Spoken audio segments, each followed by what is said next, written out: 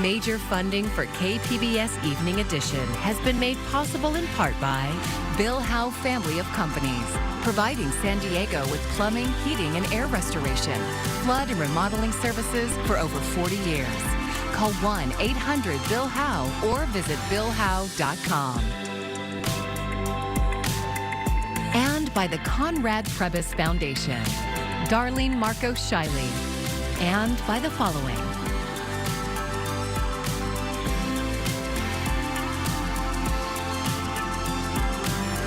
And by viewers like you. Thank you.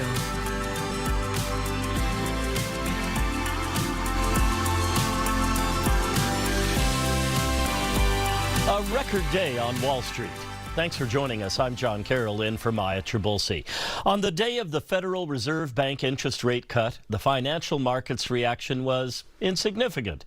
But today, the S&P 500 shot up 1.7%. The Dow was up 1.3%. KPBS reporter Thomas Fudge tells us what was behind it and how it could affect San Diegans, especially those in the housing market. Half a percentage point cut in interest rates may not sound like a lot, but it can have a big impact on the economy.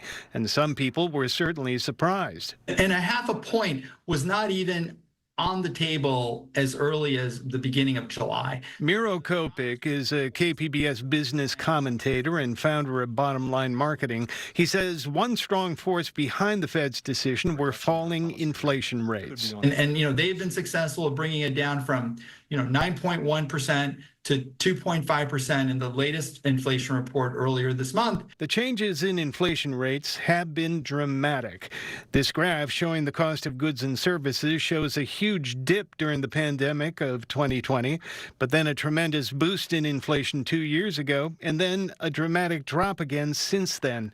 And then the Fed had to address the weakening job market. So during the post the pandemic, there were 12 million jobs, which was a record, and that is still a record at 8 million open jobs today, but it's certainly a lot less than it was at its peak. The impact of the Fed rate cut on home mortgage interest rates is indirect but considerable.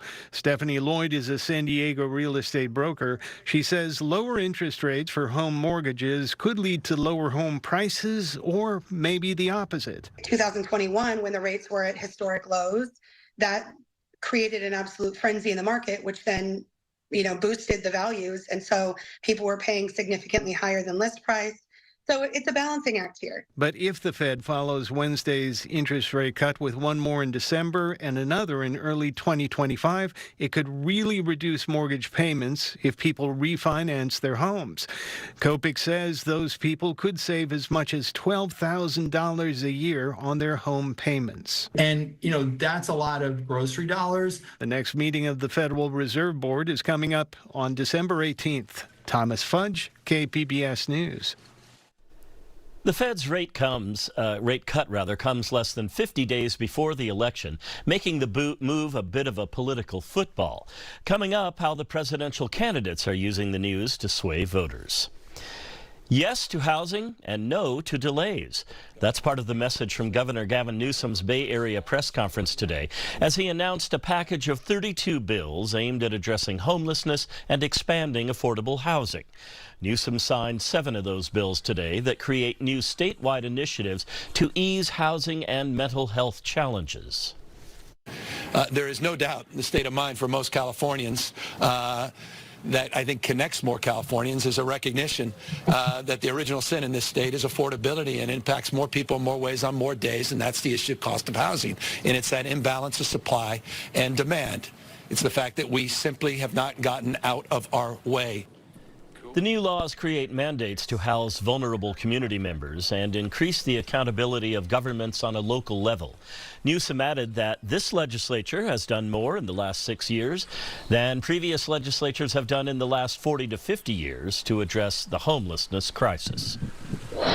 As we get ready to head into the weekend, all eyes going to be on some rain chances here for some areas, but overall we're going to be heading into a very sunny and mild weather pattern as we head into the weekend. It is going to be a little bit breezy and there will be some morning fog to contend with, even some overnight showers, but it does look like it's going to stay dry as we head into the weekend. I'll have more on that updated forecast coming up in just a bit.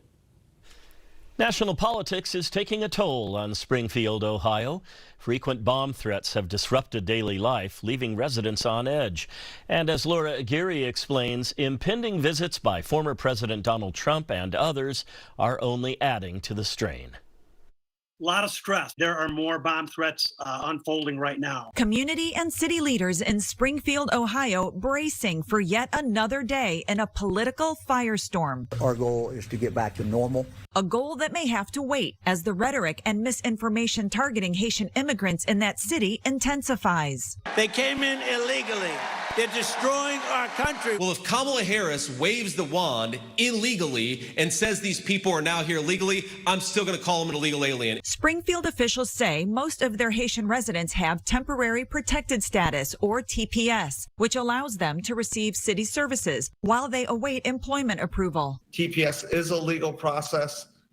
These folks have legal status. This outside stuff since the debate has just been awful. They're eating the dogs. Widely discredited rumors that could get worse in the days ahead. I'm going to go there in the next 2 weeks. If either one of the candidates wanted to come to Springfield, it would be very, very difficult to have them here. So difficult that Mayor Rob Rue on Thursday issued a proclamation granting him temporary emergency powers to more quickly mobilize resources against any risks like civil unrest, cyber threats, and other violence. The people that came in, they're eating the cats. Just wish he would, out of the goodness of his heart, just acknowledge that he was misinformed and ask the groups that are here for hateful reasons to leave our city. I'm Laura Aguirre for KPBS News. Military officials won't say why a senior enlisted Marine at the San Diego Recruit Depot was arrested and sent to the brig last week. KPBS military reporter Andrew Dyer says court filings suggest domestic violence. In a domestic violence restraining order filed Tuesday, the wife of Sergeant Major Gerardo Trevino says he's been violent with her for months. She says his arrest September 11th came just days after the latest attack. Gary Barthel is a lawyer in San Diego who specializes in military cases. He says the Marine could be facing several charges. He's looking at potentially, if convicted, he could receive a dishonorable discharge. He could receive, some substantial time in confinement. Also loss of his retirement. The Marines say Trevino was arrested by NCIS agents and is being held in the brig. A spokesperson for the Marine Corps Recruit Depot says that because there's an ongoing investigation, they won't confirm the arrest is related to the alleged attacks. The Marines will only say he was removed from his job at the depot due to a loss of trust and confidence. The boilerplate explanation military officials almost always give for such reliefs.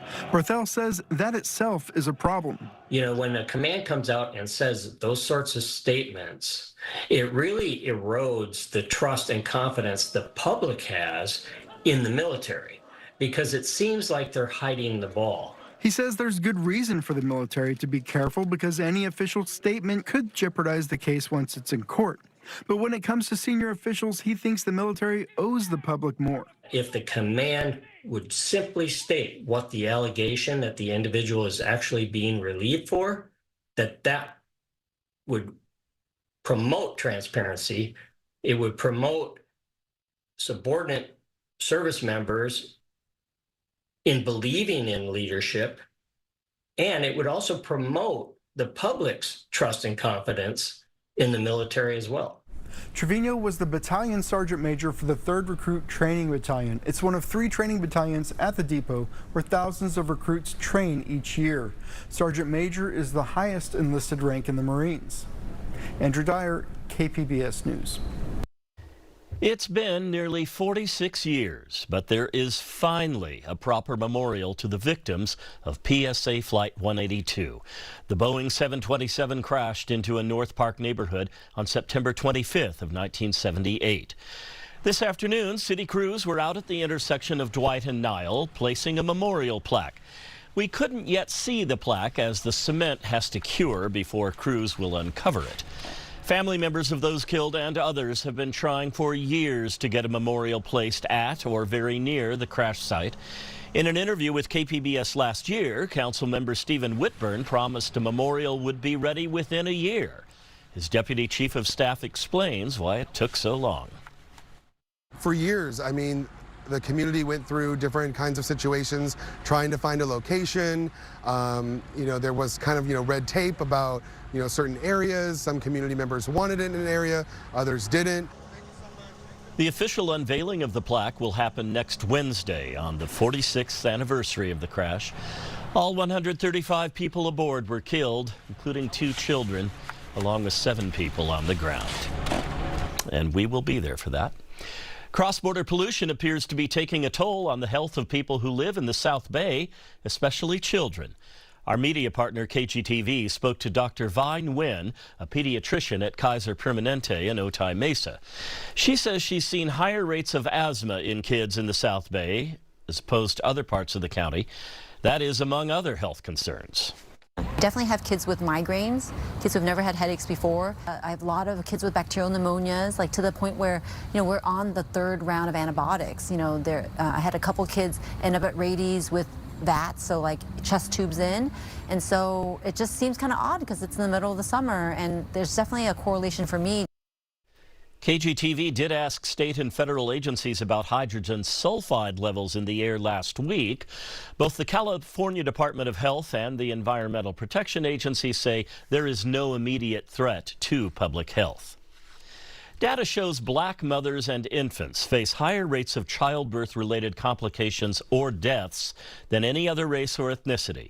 KPBS North County reporter Tanya Thorne says the County of San Diego is expanding valuable resources to black mothers and babies to help bring those rates down.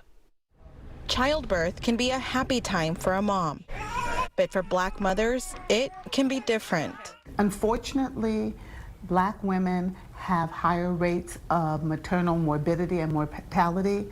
African American babies are more likely to die before their first birthday than Hispanic women, Asian women, and Caucasian women. Iris Payne is the director of the San Diego County Black Infant Health Program, which recently expanded into North County. We have a program because there's a need.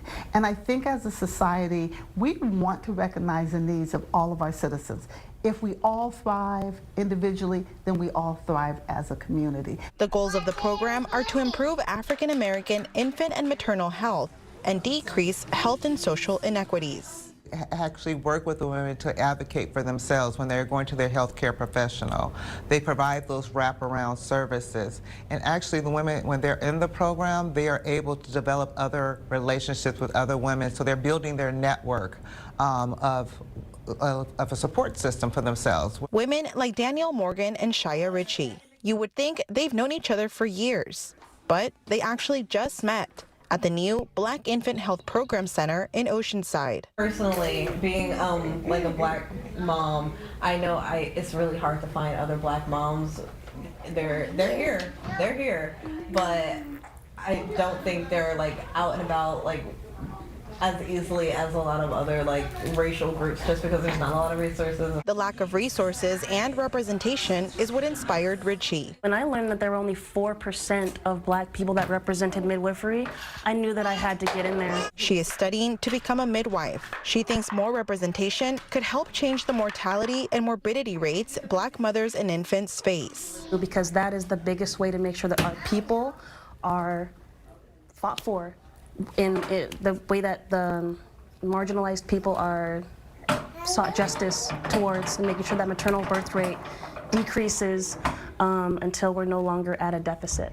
She credits programs like Black Infant Health for raising social justice awareness. The program offers new and expecting black mothers supportive services to help advocate for themselves in their doctor's office, as well as resources.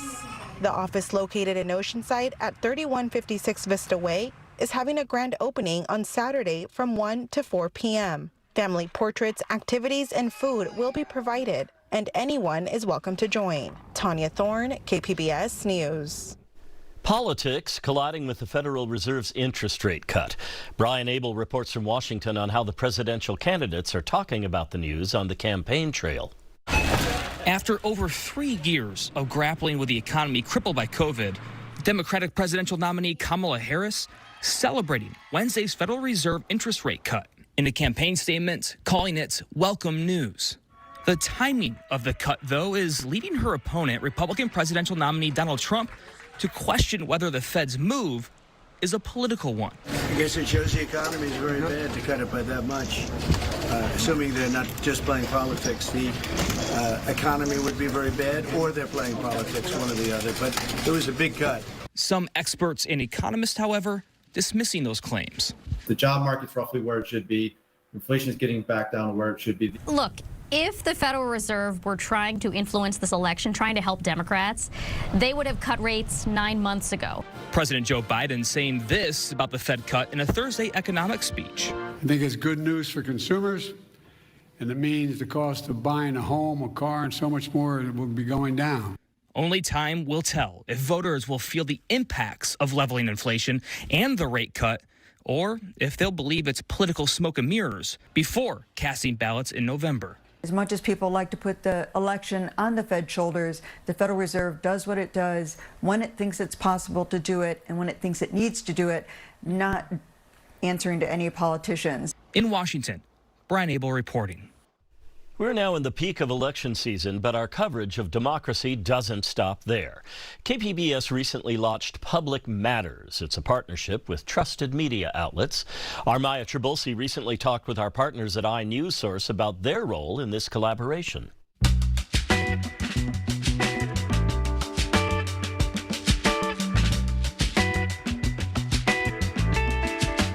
Our Public Matters partner, inewsource, has a new program to encourage civic engagement across the county. It's called San Diego Documenters, and it trains and pays community members to attend public meetings and create a record of what happens. From there, journalists write news stories. And here with us to talk more about the program is Documenters Program Coordinator Isaac Brambila and inewsource Managing Editor Jamie Self. Welcome. Hi. Isaac, I'm going to start with you. So tell us, what is Documenters? Well, I think you explained it well, but to add a little to that, what we do is we're trying to engage people who are interested in helping their communities better understand the different decisions that are being made at the local government level. These are people who are often already kind of civically curious or interested, but they are trying to find a way in, and that's kind of where we come in. Our program is actually part of a national network. There are 19 communities throughout the country who are doing something similar. And we're currently the only active network in California, and we're the first network in Southern California. What we do is we partner with local libraries, with schools, and other community organizations to bring trainings to people throughout the county. We are also the first program in the nation to offer our trainings in Spanish. Well, that's really exciting. And as you mentioned, this is part of a national network. So Jamie, tell us, why was it brought to San Diego? Sure. Thanks for the question. You know, we're looking around at what's happening in local news, and we see an incredible decline. I mean, this has been the news story about news for years and years. And so we noticed the Documenters program. Our CEO found out about it and thought, you know, maybe this would be something good to bring to San Diego. There certainly is a need for it, and there's a need for community-powered journalism, and that's why we brought Documenters. If you think about it, there are hundreds of public agencies across the county. Each of those meets multiple times a year, and you know, by and large, no one is there, no journalist is there to keep record of what's happening and to watchdog those agencies. And we know that when someone is present to watch, whether that's a member of the public or a journalist, you know, the decisions, we might have better outcomes. We might have more responsibility. Certainly public officials have more awareness about the importance of the decisions that they're making. And so that's what we hope to, that's the need that we hope to fill with the Documenters. So how do the Documenters address the issues that we're seeing? Sure. So our Documenters identify news tips that then fuel our journalism. Another part that we believe is important is connecting journalism to the communities. We often hear about community members who don't really recognize themselves in some of the coverage that they see, and often worse, that they can't trust the media that they watch. So what we're trying to do is put people in the same room, journalists and community members, so they can talk about the importance of covering local decisions and also discuss and share some of the skills that are needed to do some of this work. So can you explain to me how community members and what community members get out of a program like this? Sure. What we're trying to share our skills. Documenters are trained to report the same way that a lot of, professional journalists would do that. They are trained to go to meetings and gather information accurately. And, to put it a little bit more simply, they are trained to get the quotes and get the votes, basic information from a meeting. So, Jamie, one of the goals of the Public Matters Partnership is to help each of us better connect not only to one another, but also to get involved in shaping how local decisions are made. So how does the Documenters program help meet these goals for everyone? Sure. I think this is one of the most important and remarkable aspects of the Documenters program.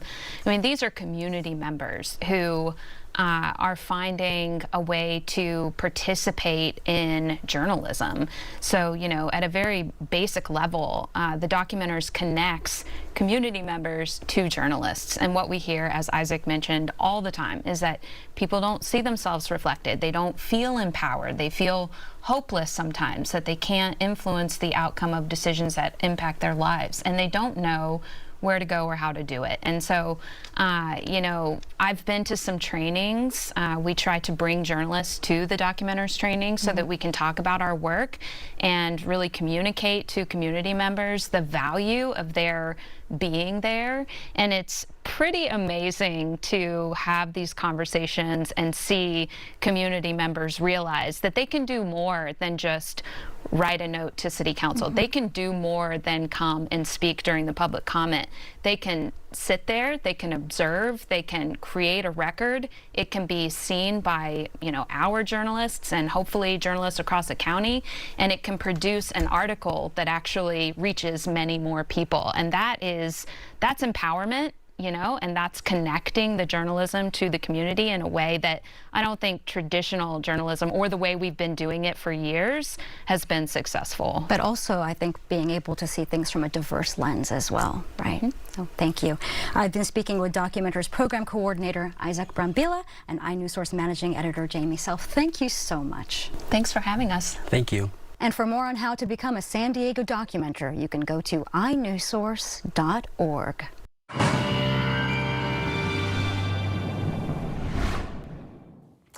Well, as we head into tonight, there will be some low clouds near the coast, even some light sprinkles developing and some morning fog, so heads up for that. But overall, lows tonight will dip into the mid-60s along the coast, so very moderate weather here for this time of year. Low to mid-60s, including 63 for Oceanside and Camp Pendleton. We'll see a little bit more clearing here the higher up you go in elevation. Overnight lows will be a mix of 40s, 50s, and 60s here as we head into the overnight hours. Some light showers between San Diego and Chula Vista, but the overall setup for Friday, nice, comfortable weather here setting up across the majority of the West Coast. There'll be a couple of thunderstorms in the elevated portions of Utah there for the Rockies, but overall looks like it is going to stay dry. It is going to stay sunny. Highs this afternoon will be a mix primarily of 70s. We will see some 80s in the mountainous region, so very moderate weather for this time of year. Below average temperatures will continue. 74 for San Diego, 75 up in Oceanside.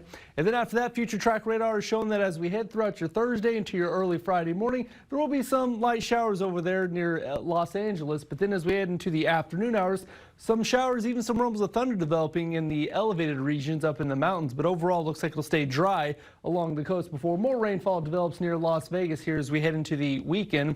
And then for your Saturday setup, nice and dry with some cooler air now developing across parts of the Rockies. Some parts of the Rockies will see some snowfall possible here as we head throughout the weekend. But for the coast, 5-day forecast, 5-day outlook, look at all that sunshine. One thing you're going to notice, sunny skies, no good rain chances here as we head into the weekend. Lows will be a mix of upper 50s to low 60s. Highs will be a mix of mid to upper 70s. And then as we head inland, temperatures will be a mix of upper 70s to even some upper 80s by Monday and Tuesday. So the heat will be back with overnight temperatures dipping into the 50s. Now the mountainous regions will be in the 50s, very mild for Friday before 70s by early next week, and the mountains returning to the triple digits as we head into Monday and Tuesday.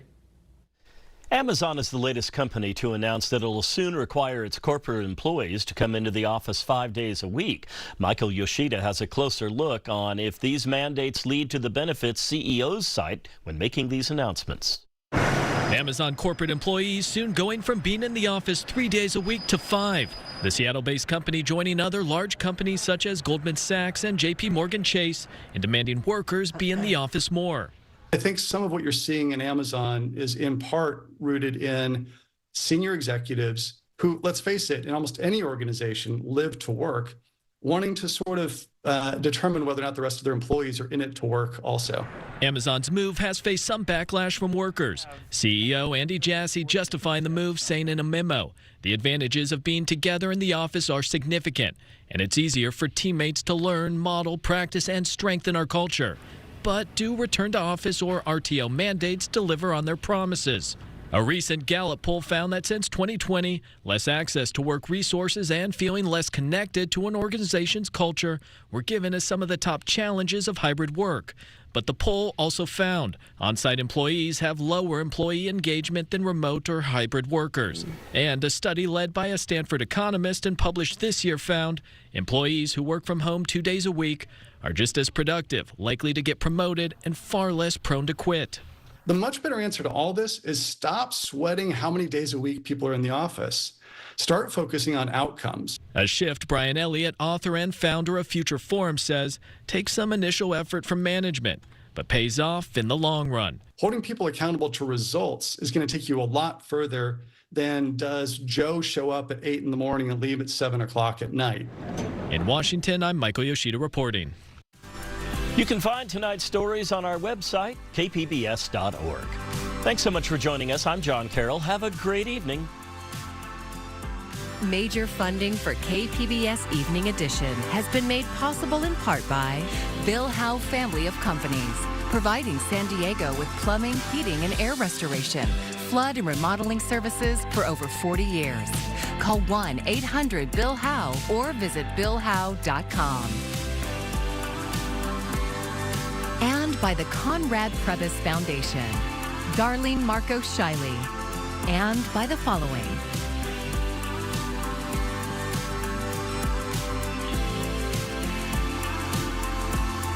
And by viewers like you.